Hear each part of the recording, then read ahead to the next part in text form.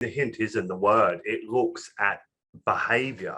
And I think, most marketers are now fairly across psychographics, overall a demographic. But again, I think the challenge of that is if we focus on how people think, we can create, for example, content that interests them. Absolutely. But will it drive them to act? Well, that's where the jury's still out on.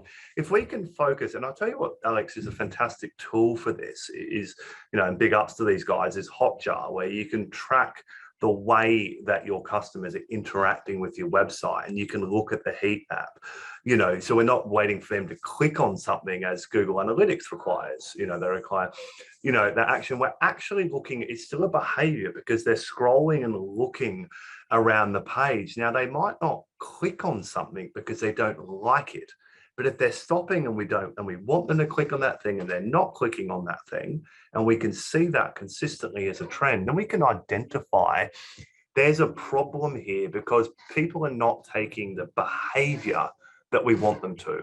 Or on the flip side, they are taking the behavior we want them to. And why? And this will provide us with some incredible insights. And we can test the theories of our qualitative research through things like Hotjar. So there are a lot of tools out there to support this and to focus, I think, as you so aptly said, focus and almost ignoring everything else. Focus on what is the thing that makes these people buy our product. You said features and benefits before. Exactly right. Features and benefits are not redundant, but they're redundant in the sense that you don't talk about, well, what does that mean for me? Okay, a skincare has vitamin C and hydrochloric acid and all these things. Great. But what does that do? Does that makes my skin 33% more clearer, or it reduces my wrinkles by 66%.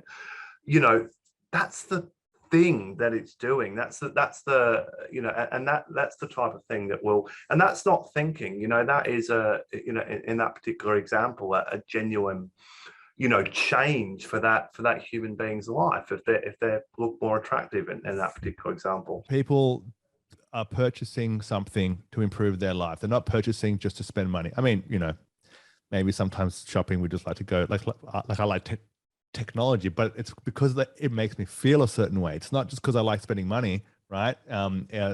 So I think it's to do the research to find the underlying reasons that somebody would buy, and actually having a framework to overlay some of these key principles in behavioral science and economics across that.